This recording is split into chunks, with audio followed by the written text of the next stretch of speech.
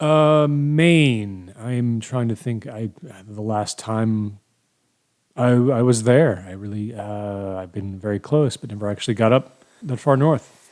Yeah, it had been a while for me as well. I know someone who lives near here, but well, I'm feeling a little guilty because I haven't notified my friend that I am in the area because I've come for different reasons. Yeah, I there's something very strange going on. It appears, maybe not. I don't know. I have to say I'm confounded by some of this activity that I've heard about. I was talking to someone on a forum. The Sebago Lake region.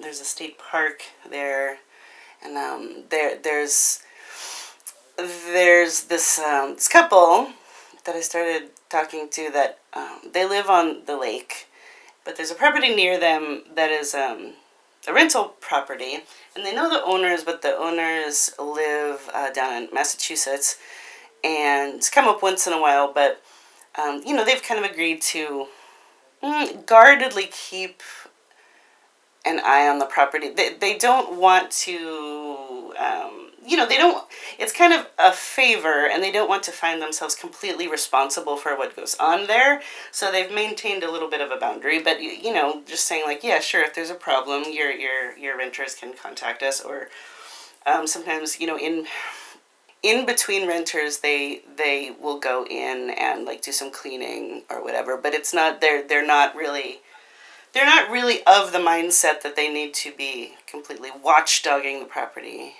at all times. So this had been going on for a number of years.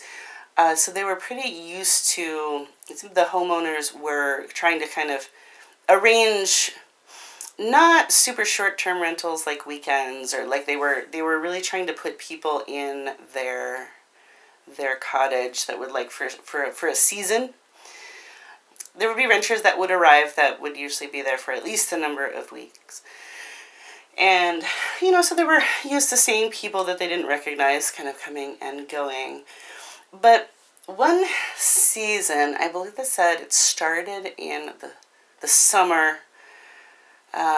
There were some people that arrived, and just from what they saw, coming and going on the road, there's a path to go out to the lake from that cottage that you would need to go right next to their property, so they could kind of see who was around. It seemed as if there were three people, like a group of three, that showed up to rent the cottage. It's not a huge property, but then it seemed to them that this group kind of steadily got bigger and bigger within a relatively short amount of time. And it's not like it's terrible. It wasn't anything alarming. Like, it's not terribly unusual to have, maybe they'd invited some other people up for the weekend or whatever. But it just seemed like this was different. Like, it was this group that was steadily growing in size.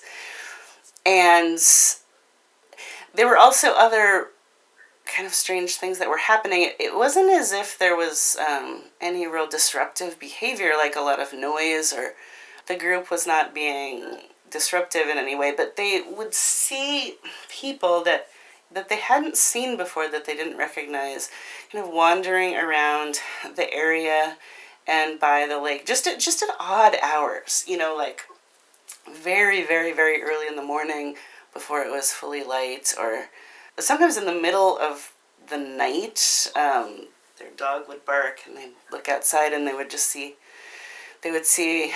one or two people kind of wandering back and forth from the lake to the cottage, and it just kind of was strange. They figured it was just this one group. Like, they hadn't seen any more people arrive, but maybe they did. I mean, it turns out later there really wasn't. This is a controlled road, and a controlled access road, because it's the state park, and there weren't any records of visitors, or or anyone else coming to the house that at least could be traced. I don't know, it just added up to kind of an odd situation, but they dismissed it. But then they said that it happened kind of in a similar fashion the next like 3 seasons, which was, there would usually be a group that would come in the fall. The leaves are quite riotously beautiful that time of year. And then it was more unusual for a group to come in the winter because, as you can imagine, Maine winters are terrifically difficult and just not for everyone, but some people really love it. So there were groups that came concurrently after that seemed to, they were noticing the same effect. But they didn't really feel like their place wasn't really to intrude necessarily, and they didn't think that the situation was something that they needed to exactly report to the property owners because, it wasn't as if they were being bothered.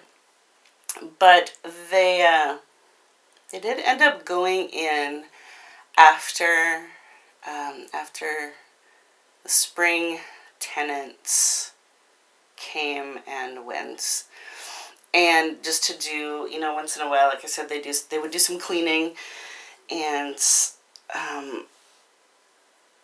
they found in one of the hall cabinets, they found this sort of binder of, or this kind of book of loose papers, and it was tucked into this spot way at the back of the cabinet. It was kind of like it was hidden, but it could also be argued that it wasn't hidden, it was just forgotten. It just was very inconclusive and very strange. And they seem to be these instructions with lots of like notes and edits on them. It appeared as if these instructions were being written and rewritten and perfected, and they seem to be instructions on how to like conjure or create or manifest something. I'm wondering, have you heard the term tulpa?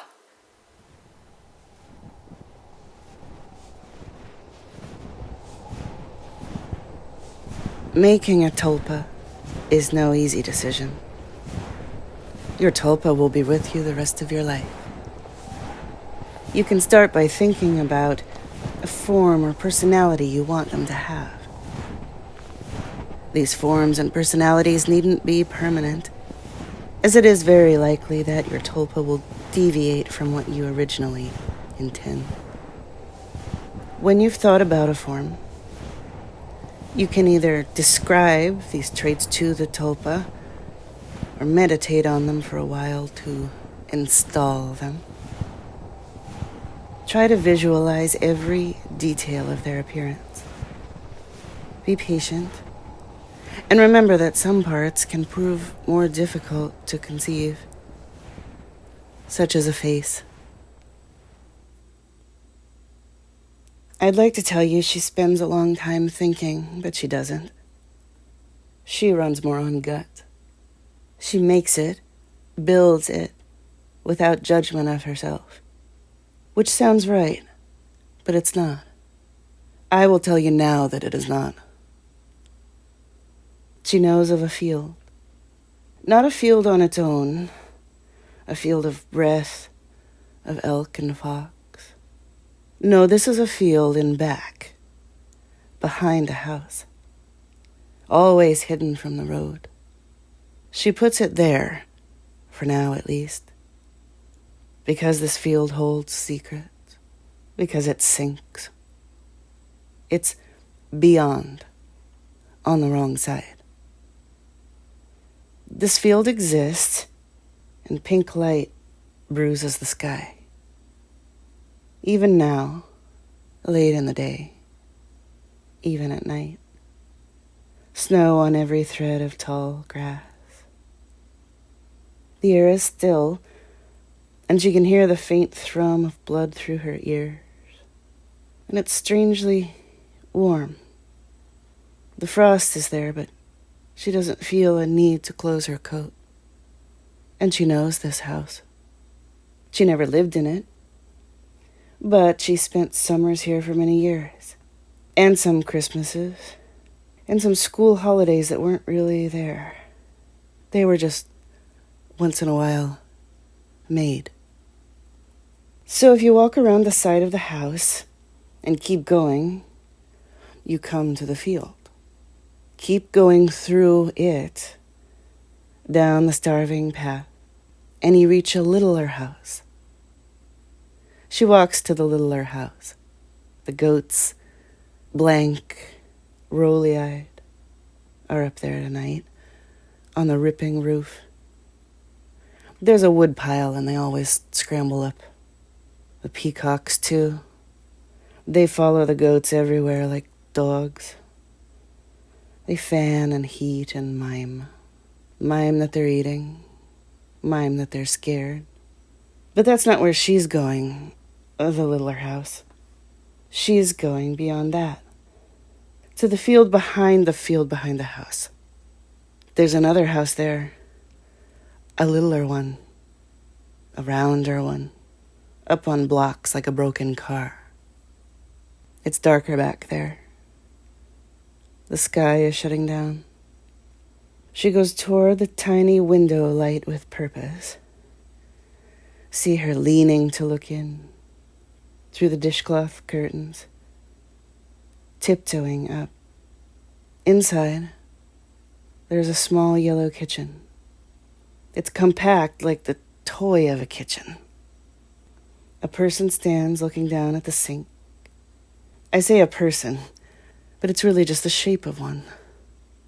I don't know what it is. It leans over, but sideways. Straight sideways like a fan. It reaches for something, a pan, a cup. The hand is wrong. She taps her knuckles softly against the vinyl pane, which itself is softer than glass. The sound is only small, but the shape spins around like an upcoiled spring. Its arms flap down against its legs, at attention. When it sees her there, it makes the widest, the most screaming, most tooth-white dinner plate smile.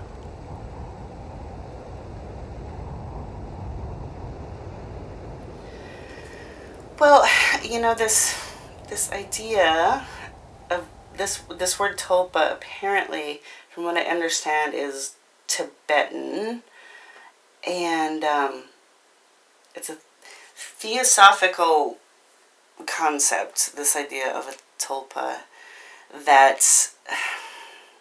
there's a dizzying amount of interesting and sometimes contradictory information about these beings. Basically, the quick descriptor that I have come across the most, and what seems to be in people's minds, is that it's something that you conjure from your own minds, but that once you conjure it, it becomes sentient. So the closest comparison is like an imaginary friend, right?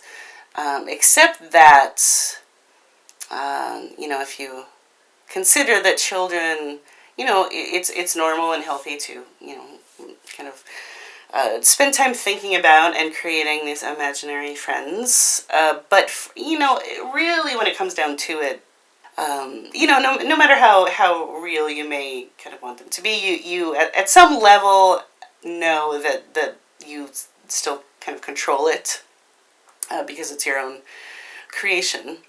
But the idea with the tulpa is that this is not necessarily so, and that they develop their own consciousness. Now, this isn't always, I guess, a person. It can just be something a little bit more abstract, expressing emotion, like, they call it a thought form. where it's just kind of it's just a manifestation of some kind of an emotion. Often, and certainly in this case, I mean, what I'm the most curious about is this creation of another being, another person, because it can actually be therapeutic, and this is encouraged in certain circumstances. People want a companion. They're lonely, and they want to create something that is as real as they can possibly create it, to kind of be with them for the rest of their lives, even though there is this separate consciousness being developed. It's interesting. A lot of this detail just kind of overlaps and contradicts, because it's, like, um, decide what you want your tulpa to be like, look like, speak like, smell like. You're deciding all of these things about your tulpa, and you're making a space for them to exist in, that you've made. But but because once they come into, I guess, being, all this language is very slippery, but they may very much deviate from the tulpa that you thought you created, or this space that you've created for them to exist in, that you can go and visit them. You can go to and visit them whenever you want to interact with them, and you are to practice interacting with them. Practice going to them, also doing kind of random checks on this space that you have created, to see if they are there and they can respond to you, and they can make this space also their own too. They can, it's usually advisable to permit your tulpa to edit the space however they see fit. I find it just kind of this fascinating blend of, this is your creation, and this is a creation that you won't have any control over once you make it. Have you come across this specific idea in any literature, or any firsthand stories or lore, or what? Yes and no. Usually, what I've read, it's again, it's like a conscious attempt to bring these beings into creation. But I don't know of any stories that I've come across. The one thing this does make me think of, though, is do you know the Czech horror author Vlada Hoffman? Do you know that? Yeah, but I only know that one story. Yeah, that's the one story that everyone has read, and frankly, I didn't read more of his stuff either. But I did read his biography. It was published only in Czechoslovakia, I believe. But it's his death was so strange. It's when you talk about this concept, he I don't know if you knew, he was very in very poor health all his life, a number of congenital problems. But how he became a writer interested in such dark topics that he wrote about was, and he would talk openly about this. His younger brother died just a few days after being born, sadly, and he sort of became fixated on this even as a very young child, and he began to fear a presence under his bed, which lasted his entire childhood. And he thought of this presence as a man, but he would imagine this man would wear this long gray scarf, and sometimes you would imagine in the night he could hear the scarf sort of whooshing on the floor under his bed. And he struggled with that for a long time, but as he got past adolescence, he sort of became okay, and of course, therapists would recognize, in that imagery of the scarf, the gray scarf, they would recognize, the umbilical cord imagery, having to do with the death of his infant brother. But then inexplicably, when he was, I think, in his late 20s, the terror of this man under the bed came back, and he struggled with this for a number of years. It got very intense. Could not get past the fear that there was, wherever he went, really, that there was this man under the bed in the scarf. But when he died, he was living in Berlin at the time, and he was in rough shape. He was in very bad shape. He had some addiction problems, but he was supposed to vacate his little slummy apartment, and the landlord wasn't hearing from him. And on the day that Vlada Hoffman was supposed to move out, the landlord, having not heard from him recently, went down to the apartment and knocked on the door. He wanted to make sure that this guy was indeed moving out. And the door opened, and there was this other man that the landlord had never seen. Now, Vlada Hoffman had not been living with anyone else. He lived alone. But the landlord described this man as very tall and very like wonderful classic European manners, very helpful and almost jovial, and saying something like, "Oh, terribly sorry that Mr. Hoffman has inconvenienced you in any way. He would just like me to tell you, because he's not present at this time, that he intends to drop off the keys at some later date. As you can see, he's already moved all his possessions out. Thank you, and have a wonderful day, and so sorry to trouble you, sir." And with that, this tall man closed the door. And what the landlord noticed right away and did not forget, knowing nothing of Vlada Hoffman's life at all, that this man was wearing this long, flowing gray scarf around his neck. So he was dressed very well, but that was what really stood out, because it was summertime. And Vlada Hoffman was found. He was sitting against the side of the building. They found him like a day and a half later, just sitting propped upright against the building. He had died of a heart attack at age, I think, 48. And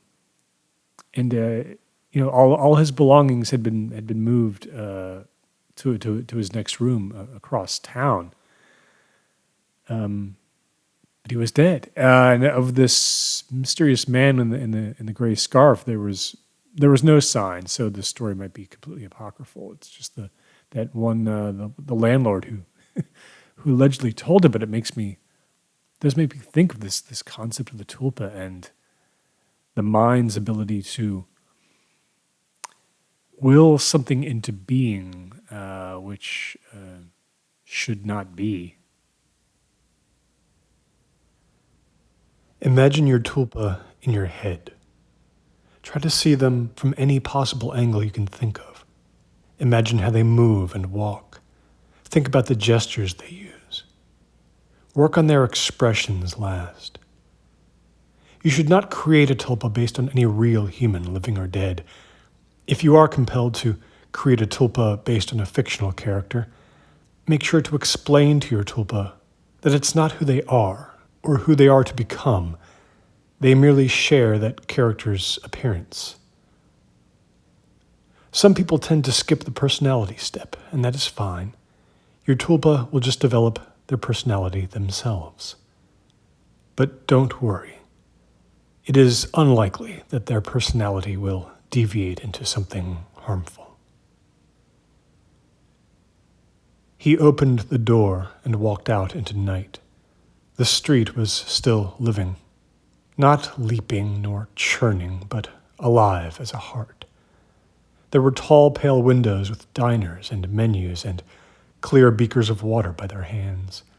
There were people walking in clumps and people alone, and people gearing up to the next place. But it was slowing and thickening, and a few upturned legs of chairs were starting to appear, like heavenward pegs. As he got to the next block, he began to permit himself to register that he heard something behind him. Not something. He knew what it was. But he wouldn't turn around. He came to the stairs in the park and counted down, counted the steps before he heard the steps behind him. He began to walk in a zigzag pattern just to see what would happen. He heard the tap and scrape. It's not like he was trying to lose them, the steps. He knew he wouldn't. He just was stalling. He needed time to clear his head. He needed to think. He exited the park on the southern side and went down Commercial Street. The road here was wider, and the shops and restaurants passed with indeterminate skin between them. He turned into a cluttered, close-in store. He'd been in there before, usually when he found himself without destination. He made his way down the center aisle with the spoons and boards and the locked glass cabinets of knives. Coils and strains and whisks cast filament shadows behind them on the cork. When he reached the corner with the copper things, where it gleamed like the sun, he stopped there. Because the beautiful heat. Because he couldn't not. Even if... Probably he heard on some level the shop door. He heard the coat behind. There was some breath or something like it. Shoes. He didn't move. Seconds passed. A minute. 2. "Do you like that?" the voice said. He had been staring at a copper pot with a spare, exquisite curve. "Do you want it?" He decided to soften, to relate. There was no fighting it anyhow, not that night, maybe not ever. But he didn't want to think about that. Sure, someday. He forced a little smile. But it costs a lot. He looked over. The eyes so dark and bleaching white. "Here," it said. It pushed out a handful of crumpled bills. They were crunched up, smashed, smeared with blood. "Why?" He was careful. "But oh, God. How do you have that?" It pressed the sticky money to his palm. Some of it tumbled to the floor. "I just do," it said.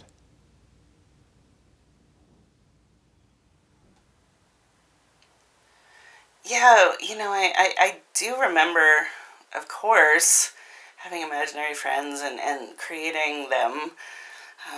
I, for some reason, I think I wanted ghosts as imaginary friends because I would get envious when I would read these books, and like ghosts would come around and they often befriend children. And, especially if they're child ghosts. I really wanted a ghost for an imaginary friend, but of course, any amount of willing and imagining I could do never really manifested. I remember being a kid and we had an attic, but we never went up in it. I mean, I think there were probably some boxes of things up there, but I don't even know. We'd probably just forgotten what they were even. We just never opened the attic door. Sometimes I would think that I would hear noises up there, and I thought that there were probably, I imagined what could be up there, and I think I kind of, my head assembled about 2 or 3 monsters of just my own personal, most terrifying forms that I could think of. What if I imagined a creature, what would be the most terrifying set of features that I could imagine? And so I remember when I started to get a little older, I fancied myself, I'm old enough to stay home by myself. I don't need a babysitter anymore, And there was quite an adjustment period to this because I really was unexpectedly expert at freaking myself out. And one night, I remember I was determined to take kind of charge of my thoughts. And I thought, I know that if I draw these things, if I draw these monsters, here's a way that I can take back control. If I take these monsters out of my head and I put them on paper and I draw them, then I'll take away. My intent was that I would take away their power, but what I in fact did was made them seemingly more real and more terrifying, because then I could much more easily visualize them coming down out of the attic and down the hall at me. It was actually what I thought would be an empowering exercise was actually the opposite, and I ended up going across the street to my neighbors and waiting out my parents coming home. It was not a triumph that evening. Anyhow, I never used that again as a device to kind of take away sentience from my nightmares. Yeah, I'm remembering now. Long time ago, I was in a train station, and a sort of an odd-looking woman came up to me, and I remember very vividly. She just barely made contact with my elbow as she came around to speak to me, and that became a very important detail for the story. But she looked at me, no greeting, and she said to me, "Are you sure you didn't hit that boy?" But really emphasizing the word sure. Are you sure you didn't hit that boy? And I was at a complete loss for words, not recognizing this woman, and I fumbled for words or something. I may have thought maybe she was destitute or desperate or something, and she just gave me a look and wandered away, and I was never able to respond. And I put it out of my mind for a while, but then I began to think about her more and more and what she said, and I began to draw this mental connection between that statement, "Are you sure you didn't hit that boy?" with something that had happened to me not more than a decade before, where literally the day after I graduated college, the day after. I was driving along. I actually graduated in January, kind of an icy road. It was the day after some snow, and some kids were sledding down a hill, and this one kid just came rocketing out of a backyard down this big slope right into the road. And I made a little sort of deft maneuver. It was one of those moments where you're like, whew, you shake it up for a little bit, but there was no harm done. I just zoomed right past him, swerved into the other lane, but fortunately no one was there, and I went on my business. It could have been really bad. It was getting toward dusk. The light wasn't great, but for some reason, that woman's odd appearance in the train station queued up memories of that incident over and over again over the next weeks. Are you sure you didn't hit that boy? Like, why would this woman appear and say that? And that bothered me for a couple of years. One time I was in a hotel bar, and I thought I looked over and I thought I saw something, and I thought it was her. I thought she'd come back, and I literally spilled my drink. It doesn't happen that often, that poetically in real life, but I literally, in that moment, my right arm jerked in fear. But it wasn't her. It wasn't her. And what I've come to conclude is that she was not real. I mean, her appearance out of absolutely nowhere, it was so odd. It doesn't make any sense to me. There's no basis in reality. I think I happened to be at a strangely vulnerable psychological time. I've been carrying some guilt around about some other issues, and I think I created her with my mind just for that one moment. And I think the point of it was to get me to start looking inward about certain things. But of course, the thing that does bother me, even though I can't remember any details about her clothing or her face, it was a very sort of a generic face, and that again plays into the fact that maybe she just wasn't real. But I swear that she made contact ever so gently with my elbow as she kind of moved around from my back to my front, and that's what bothers me. Because if I created her just as a brief psychological vision to aid me, then that's one thing. It kind of makes sense that my brain could do that. We do that in dreams all the time. But the fact that there was physical contact, I wonder, in odd moments, if she's still out there somewhere. Talk to your tulpa. The subject doesn't matter at all. You can talk to them inside your mind or out loud. After your tulpa talks, you can choose a voice for them. If they haven't created one themselves, you can create a completely new voice. But it may be easier to pick a voice you know well enough to imagine saying anything. It started waking you up in the night. It scared you. From the yard under a tree, through the walls with the sound of planes, up the stairs like snakes. See, you didn't think to make your home off limits. You didn't think to make it away.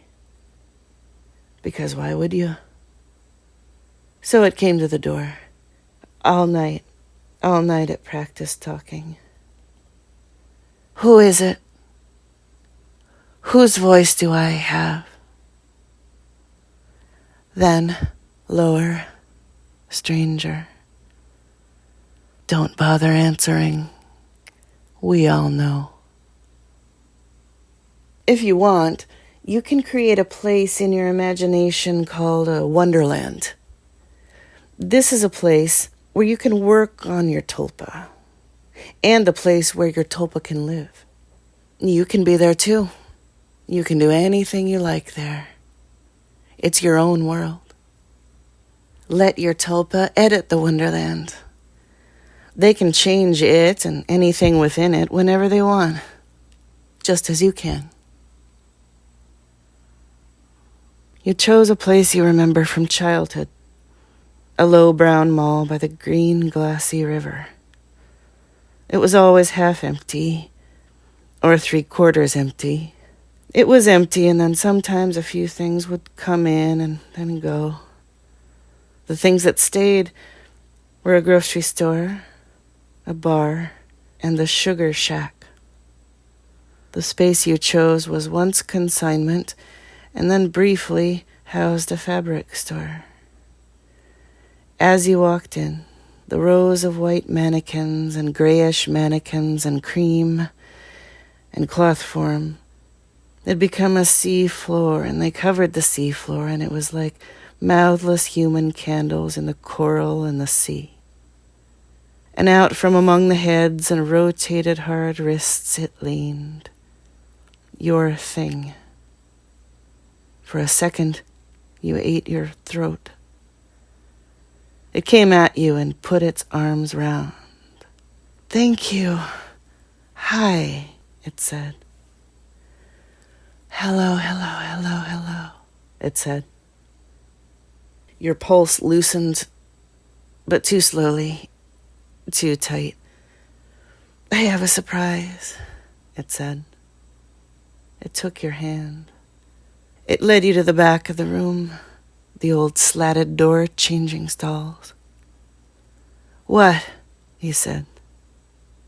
He wanted to leave. You needed to switch this back to what it was. I brought someone new. A friend. My friend. A long bulb pinged. It reached for a knob and pulled. They wanted to meet you a long, long time. Determine whether or not your tulpa is sentient. Close your eyes. Tell your tulpa you're opening your mind to them. Imagine them walking through the door. Your tulpa can now see your memories, how you feel about them, and everything about you as a person. Don't do this step right away, but wait until there's a trust between you, so that your tulpa won't take this for granted.